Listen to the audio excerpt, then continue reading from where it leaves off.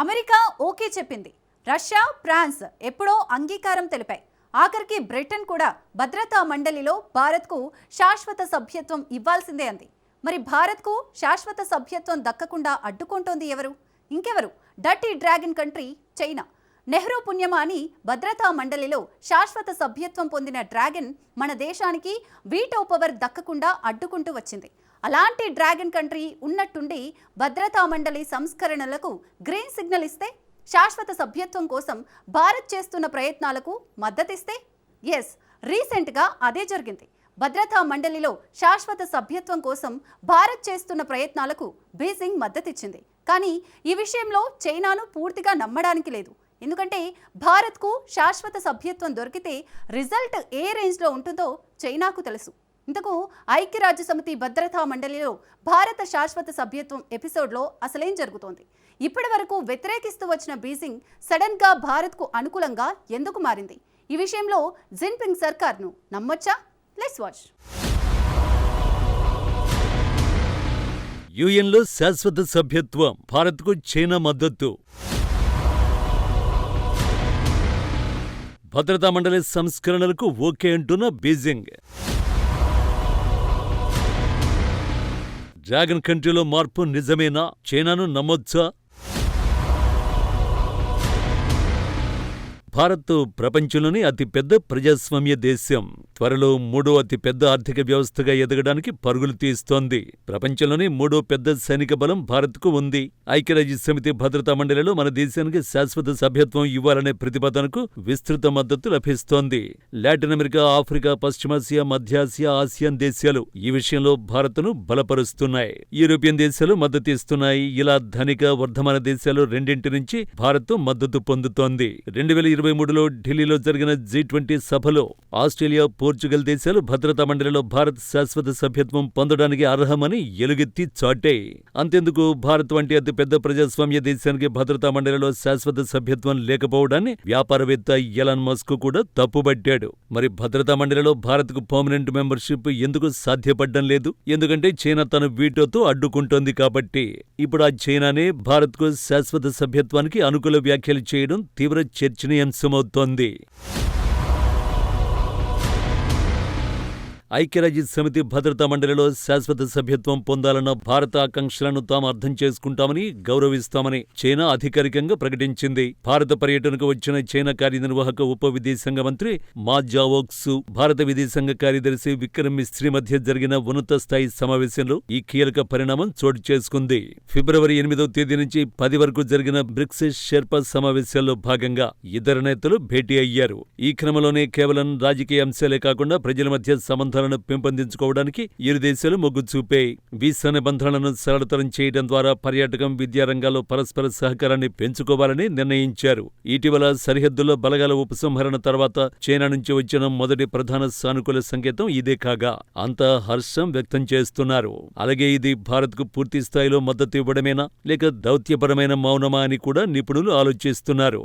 ఎందుకంటే చైనాను పూర్తిగా నమ్మడానికి లేదు. కుక్కతోక వంకర అన్నట్టుగా డ్రాగన్ తోక కూడా వంకరే. నిజానికి చైనా నేరుగా తాము భారత్కు శాశ్వత సభ్యత్వ అభ్యర్థనకు మద్దతు ఇస్తామని ఎక్కడా చెప్పలేదు. ఐక్యరాజ్యసమితి భద్రతా మండలిలో మరింత కీలక పాత్ర పోషించాలన్న భారత్ కోరికను గౌరవిస్తామంటూ దౌత్యపరమైన భాష వాడింది. 2014లో కూడా ఇలాంటి ప్రకటన చేసినా ఆ తర్వాత సాంకేతిక కారణాలు చెప్తూ అడ్డుకుంటూనే వచ్చింది.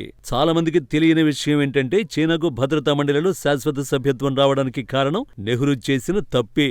1950లలో చైనాలో కమ్యూనిస్టు ప్రభుత్వం ఏర్పడినప్పుడు ఐక్యరాజ్యసమితిలో అప్పటిదాకా ఉన్న తైవాన్ ప్రతినిధులను తీసేసి పీపుల్స్ రిపబ్లిక్ ఆఫ్ చైనాకు శాశ్వత సభ్యత్వం ఇవ్వాలని భారత ప్రధాని నెహ్రూ బలంగా వాదించారు. ఆ సమయంలో అమెరికా, సోవియట్ యూనియన్ను ఇబ్బంది పెట్టడానికి చైనా స్థానంలో భారత్కు శాశ్వత సభ్యత్వం ఇస్తామని అనధికారికంగా ప్రతిపాదించింది. కానీ నెహ్రూ చైనా వంటి పెద్ద దేశాన్ని పక్కన పెట్టి భారత్ ఆ సీటు తీసుకోవడం సరికాదని భావించి ఆ ప్రతిపాదనను తిరస్కరించాడు. చివరకు 1971లో చైనాకు శాశ్వత సభ్యత్వం లభించినప్పుడు కూడా భారత్ దానికి పూర్తి మద్దతు ఇచ్చింది. ఆ సంగతి పక్కన పెట్టి భారత్కు శాశ్వత సభ్యత్వం ఇస్తే చైనాకు వచ్చే చిక్కులేంటో చూద్దాం. చైనా భారత్ను అడ్డుకోవడానికి ప్రధానంగా 3 కారణాలున్నాయి. మొదటిది, భారత్కు సభ్యత్వం వస్తే ఆటోమేటిక్గా పాకిస్తాన్ ప్రాముఖ్యత తగ్గుతుంది. పాకిస్తాన్కు చెందిన ఉగ్రవాదుల్ని అంతర్జాతీయ ఉగ్రవాదులుగా ప్రకటించకుండా చైనా పలుమార్లు తన వీటోతో అడ్డుకుంది. భారత్కు వీటో అధికారం వస్తే పాకిస్తాన్ వెనకేసుకొచ్చే ప్రయత్నాల్ని సమర్థవంతంగా తిప్పికొట్టగలదు. అందుకే పాకిస్తాన్తో కలిసి కాఫీ క్లబ్ అనే గ్రూప్ ద్వారా విస్తరణను అడ్డుకుంటోంది. ఐక్యరాజ్యసమితి భద్రతా మండలిలో భారత్ వంటి దేశాలు శాశ్వత సభ్యత్వం కోసం ప్రయత్నిస్తుంటే ఆ ప్రయత్నాల్ని అడ్డుకోవడానికి కొన్ని దేశాలు కలిసి ఒక కూటమిగా ఏర్పడ్డాయి. ఈ కూటమి అధికారిక పేరు యునైటింగ్ ఫర్ కన్సెన్సస్. అయితే అనధికారికంగా దీనిని కాఫీ క్లబ్ అని పిలుస్తారు. ఈ దేశాల ప్రతినిధులు మొదట్లో ఐక్యరాజ్యసమితి సమావేశాల సమయంలో కాఫీ తాగుతూ అనధికారికంగా చర్చలు జరిపి ఈ వ్యూహాలను రచించేవారు. అందుకే దీనికి సరదాగా కాఫీ క్లబ్ అనే పేరు స్థిరపడిపోయింది. 1990లో G4గా పిలిచే భారత్, జపాన్, జర్మనీ, బ్రెజిల్ దేశాలు తమకు భద్రతా మండలిలో శాశ్వత సభ్యత్వం కావాలని గట్టిగా డిమాండ్ చేయడం మొదలుపెట్టాయి.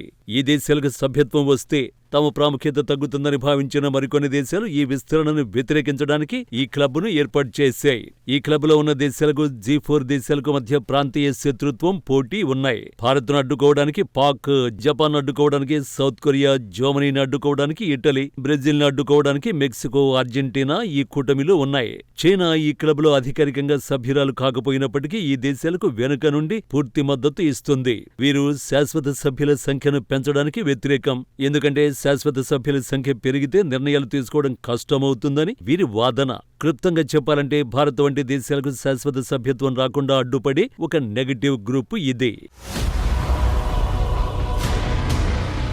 ఇక రెండోది, ఆసియా ఖండం నుండి ఏకైక శాశ్వత సభ్య దేశంగా తన ఆధిపత్యాన్ని కాపాడుకోవడం.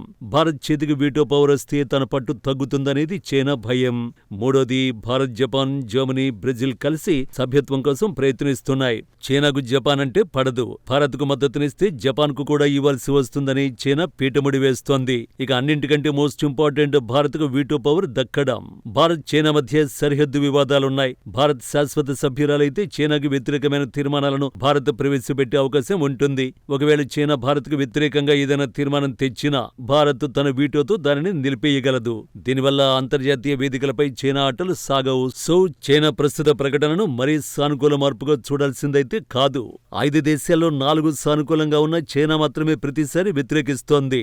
చైనాకు వీటో పవర్ ఉన్నన్ని రోజులు మనకు అది అడ్డంకే. తాజా పరిణామాల ప్రకారం అంతర్జాతీయ ఒత్తిడి, మారుతున్న రాజకీయాల వల్ల భారత్ ఆకాంక్షల్ని గౌరవిస్తామని చైనా ప్రకటించడం ఒక శుభ పరిణామం. ఇది భారత్ను శాశ్వత సభ్యత్వం వరకు తీసుకెళ్తుందా అన్నది కాలమే తేల్చాలి.